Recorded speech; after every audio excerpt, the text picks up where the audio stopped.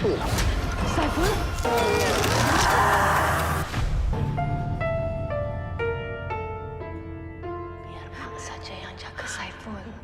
The movie opens in 1994, featuring Dat Sri Mary Abdullah, whose husband, Dato Sri Megaf Dat, has tragically taken his own life. She hands a packet to her assistant and instructs him to ensure that everyone receives it. She seems to be in a rush, hastily gathering her belongings and money.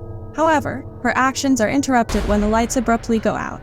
She begins to hear some noises from outside the room, and just as she attempts to exit, someone begins attempting to open the door forcefully. Moments later, the door swings open, revealing her assistant, drenched in blood, with her servant having also met a gruesome fate.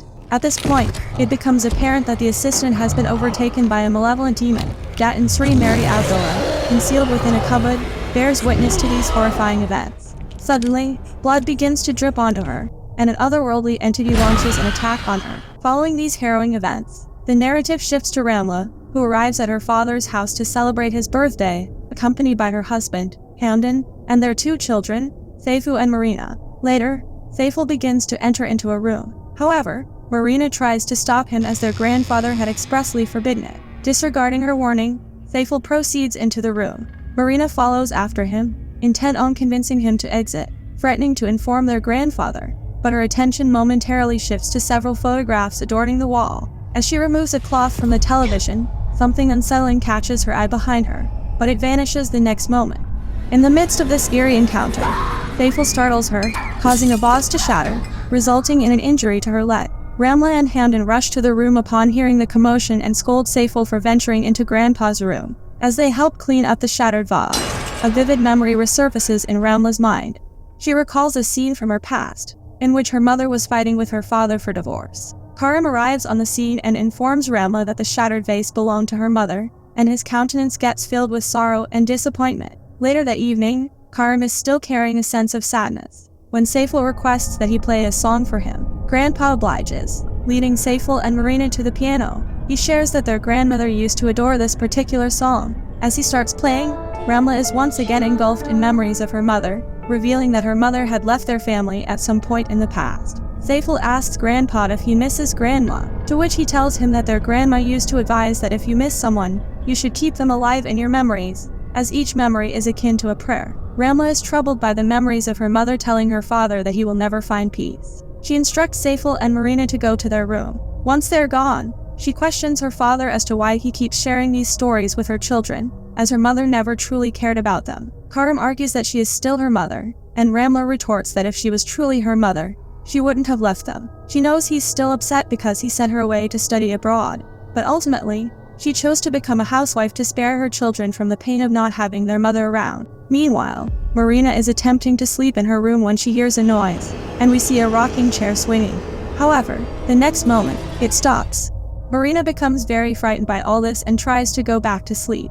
Then the chair starts swinging again, and suddenly, Saiful startles her. He notices that she is very scared, so he gives her walkie-talkie and says that if she gets scared, she can use it to talk to him. Suddenly, a lamp goes off, and they rush to their parents' room to report that there's something in the room. Hamdan checks the lamp and explains that it's just a wiring problem. He reassures them that as long as he is around, he will make sure nothing can harm their family. The next day, they all go on a picnic, and Karim takes the opportunity to talk to Ramlah about their conversation the previous night. He tells her that she was right, but he has long forgiven her mother. Ramlah sincerely apologizes to him, admitting that she shouldn't have acted the way she did. Meanwhile, Saiful sees a mysterious entity behind a stone and becomes frightened. Just then, they hear Marina scream, and when Saiful looks back, the mysterious entity suddenly haunts him, and he finds himself in a different location. Ramlah rushes to Marina and finds her bleeding, and to her horror, she also discovers several dead birds nearby. Ramlah becomes alarmed when something unusual starts happening to Karim,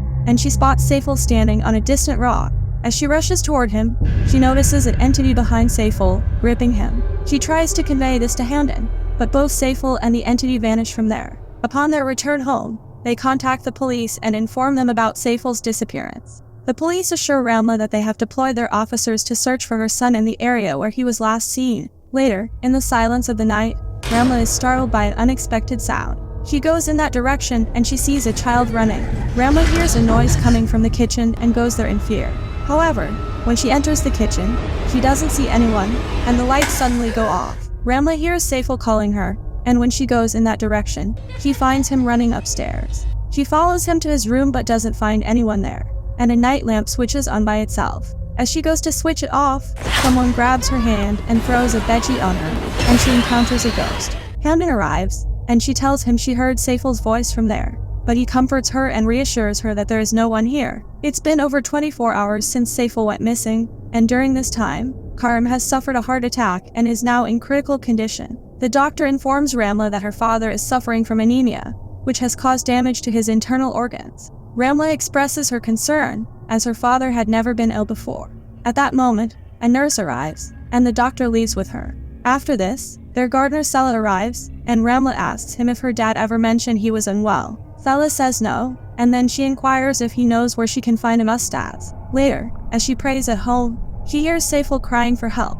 She goes to her grandpa's room following the voice, and Saiful asks her why she can't see him. Although she doesn't see anyone there, she starts to leave, but then her attention is drawn to the photos hanging on the wall. Additionally, she finds some videotapes and plays them, discovering footage of herself playing on the same beach with her parents. Then she has a vision in which she approaches her mother, who is drawing demonic figures in a notebook, which terrifies her. Suddenly, she hears a sound and notices a page being printed from the printer, showing a photo of the same room at the same time. She also spots a ghost behind her, slowly approaching her. Then Saiful calls her from inside a closet, but when she opens it, there is no one inside. Suddenly, a ghost makes her fall and starts crawling towards her. As Ramlah tries to escape, the door shuts, but she manages to get away before the ghost can catch her. When Ramlah returns to the kids' room, she discovers Marina sitting on a rocking chair. As she approaches Marina, who is eating a bird, says she is hungry. Marina then appears behind Ramlah and says she promised to take care of her, but she lied.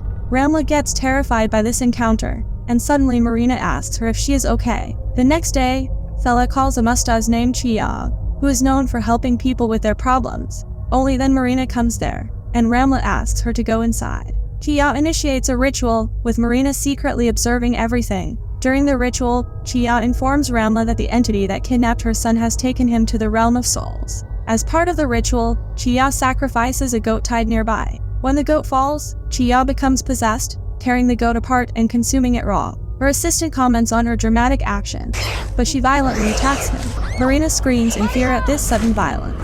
Chia starts moving toward Marina with hostile intent. However, Ramlah intervenes and causes her to fall. In a moment of apparent clarity, Chia mimics Saiful's voice and calls for her mother's help. Ramlah, emotionally overwhelmed, embraces him, believing that Saiful is back. However, she soon realizes it is not him, and Chia tells her to let her mother take care of him. Ramlah pushes her away, and Chia loses consciousness. Ramlah rushes back home and decides to review the videotape. While watching it, she becomes extremely frightened upon noticing a necklace around her mother's neck. This necklace is identical to the one worn by the entity that has been causing fear and disturbance. Ramlah visits her father in the hospital and tells him that she knows who took Saiful. She reveals the drawings her mother created before her disappearance and hints at her involvement with black magic. Only then does Hamdan come there and escort her out of the room. During their conversation, Ramlah confronts him about his responsibility for Saiful's disappearance and expresses her belief that if he had truly looked after Saiful, the tragic events they are currently facing could have been prevented. Meanwhile, Karim is in a state of extreme fear after witnessing something terrifying. In a chilling turn of events, the mysterious entity appears before him, sitting on his bed. Blood begins to flow from various parts of Karim's body, creating a gruesome and horrifying scene. The sound of this gruesome encounter draws Ramlah and Hamdan into the room. As they enter, they are met with the sight of Karim's lifeless body lying on the floor. The scene shifts and we witness Ramlah, grief-stricken, praying beside Karim's lifeless body. In this solemn moment, she hears the voice of Saiful calling out to her. Her attention is drawn to the enchanting sound of a piano playing outside. Filled with surprise and curiosity, Ramlah begins to move toward it. However, a startling and eerie incident unfolds as Ramlah's hand becomes trapped under the fallboard of the piano, but when she withdraws her hand, it miraculously appears unharmed. The suspense builds as Saiful's toy truck autonomously moves into the dining hall, and Saiful mysteriously runs from there. In a tense and fearful moment, Ramlah hastily activates her phone's flashlight and rushes toward the dining hall. To her astonishment, Saiful suddenly appears and startles her. Filled with a mix of anger and desperation, Ramlah confronts the entity, demanding an end to the torment and pleading for the return of her son. Seyful's toy then again comes there, and as she follows it, her heart sinks with dread upon discovering a chilling scene in the dining hall. There, a multitude of jinns are gathered, engaged in mysterious incantations beside Karim's lifeless body. She also spots Hamdan and Marina, with Hamdan telling Marina that her mother is not well, so she can't take care of her anymore. In the midst of this unsettling tableau, a terrifying ghost materializes behind them, causing Ramlah to fall. The room is plunged into darkness, and when she regains her footing, all traces of the eerie gathering have vanished. However, the malevolent ghost haunts her. The following day, the family prepares for Karim's burial. After the somber proceedings, Ramlah confides in Hamdan, reminiscing about the early days of Seyful's life when he suffered from jaundice and spent 12 days in the hospital. She recalls how she took care of Seyful tirelessly until he recovered. Hamdan, feeling defensive, mentions his work commitments during that period, but Ramlah expresses frustration, saying that's always his excuse. Tensions escalate, and the argument between them intensifies. In response to Ramlah's accusations, Hamdan concedes that she is correct and asks if her satisfaction comes from hearing those words. He reminds her that she made the choice to marry him and emphasizes that she isn't the only one who feels pain, and that Seyful is his son too. As the search operation for Seyful continues, an officer makes a discovery, and Hamdan becomes visibly concerned upon seeing Seyful's shirt. In the meantime, Marina receives a response on her walkie-talkie, but her fear intensifies upon hearing a scream emanating from it. The doll in the room begins to move by itself, and the door of the room inexplicably swings open. A sense of foreboding creeps over Marina as she feels the approach of someone, as though heavy footsteps are drawing near. However, before she can react, the ghost materializes and haunts her from behind. Following this, we witness Rahsia pulling out her nails while fervently insisting that she is not insane. However, her nails are restored to their original state in the very next moment. Only then she hears a sound, and when she goes there to investigate, she finds Marina deeply distressed after witnessing something terrifying. A ghostly figure is suspended on the wall behind her, yet when Rahsia turns, there is no one there. Suddenly, an unseen force seizes Marina and drags her into the bathroom. Rahsia, approaching from another entrance, discovers the entity attempting to drown Marina. She rushes forward to save her but starts drowning her, believing it to be a ghost. However, Hamdan arrives in the nick of time, pushing Rahsia away and pulling Marina out of the bathtub to safety. Now when Rahsia comes to her senses, she asks Marina to tell Hamdan that she saw it too, but he asks her not to touch her. He starts taking Marina away from there, but then the sergeant comes to their house and tells Rahsia that he has found Seyful's shirt. Rahsia, overcome with emotion, collapses in despair. However, she insists that the shirt does not belong to her son, and recognizing her fragile state of mind, the sergeant and his team quietly depart from the house. Rahsia tells Hamdan that Seyful is still alive and trapped in the house by the demon residing there. She insists that they must find him. In response, Hamdan confronts her with the promise she made when they got married, about not causing harm to her husband and not neglecting her children like her own mother did. But now he realizes she and her mother are just the same, and then he leaves there with Marina, leaving Rahsia alone. After some time, the lights of the entire house except one room go off and Rahsia hears Seyful's voice. Upon returning to the house, Rahsia hears Seyful's voice emanating from a particular wall. She proceeds to remove a bookshelf blocking access to the wall and confirms that the voice originates from behind it. Determined, she retrieves a hammer and begins to dismantle the wall, growing increasingly frustrated as she fails to find him there. In that moment, Rahsia sees her mother's photograph, and she blames her for everything. She forcefully removes the photo frame from the wall and smashes it in her anger and despair. Rahsia then begins to hear strange sounds and, frustrated and desperate, she questions aloud what else could be wanted from her. It's at this moment that she notices something unusual, a concealed door. Acting quickly, she retrieves a bunch of keys and meticulously tries each one until she successfully unlocks the door, revealing a hidden staircase leading upward. Meanwhile, Marina tells Hamdan that she also witnessed the paranormal occurrences. She explains that she wanted to say something at the time but was too terrified to do so. In the secret room, Rahsia discovers strange and unsettling items. However, her phone suddenly goes off. She finds a lamp in the room and uses it to shed light on her surroundings, and she comes across the skeletal remains of her mother. As she continues to explore the room, she stumbles upon newspaper clippings that reveal that after the death of Dato Sri Megadef Dat and the mysterious disappearance of Dat and Sri Mary Abdullah, Karim had assumed the position of the company's chairman. She also learns that black magic was employed in relation to her grandparents. She is suddenly confronted by a menacing growling sound, and to her horror, the malevolent ghost emerges and approaches her, eventually taking possession of her. In this chilling revelation, it becomes clear that Karim had been practicing black magic, and Mellor was determined to put an end to his dark endeavors. She planned to escape with Ramlah, away from Karim's malevolent influence. However, in a fit of rage, Karim murdered her on the spot. After this, he took her to the same secret room, and on the advice of the devil, he used Mellor's blood to remain in power. However,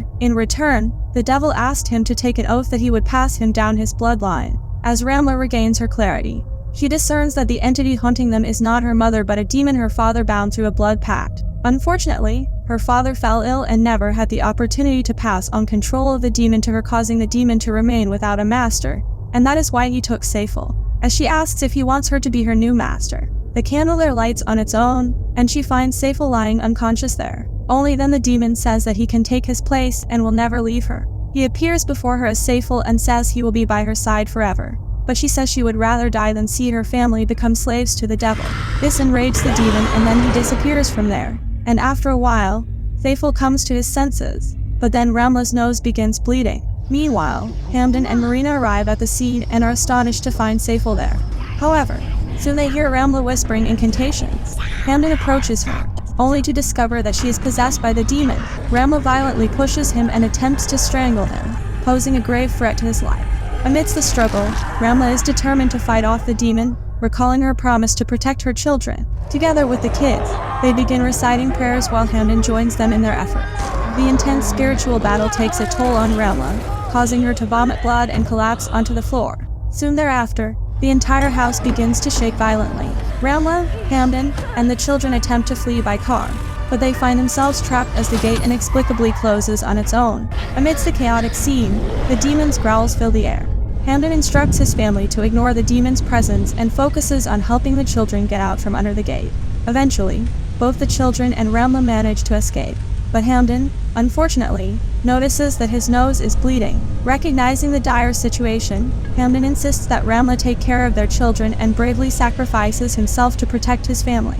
He falls onto the gate, becoming a tragic victim of the demon's malevolent influence. 2 months later, we see them at Hamdan, Karim, and Mellor's graves, where Saiful says she always told them that grandma abandoned them. Rahsia says she was wrong. She used to believe their grandma abandoned their grandpa and her, but now she realizes that her grandma was the one who loved her the most, just like their father. Marina asks her why they buried Dad next to Garmpa's grave, to which she says to hate someone is easy, but to forgive that the hardest. Now as they return to their car, Saiful sees that demon again watching them, and the movie ends here.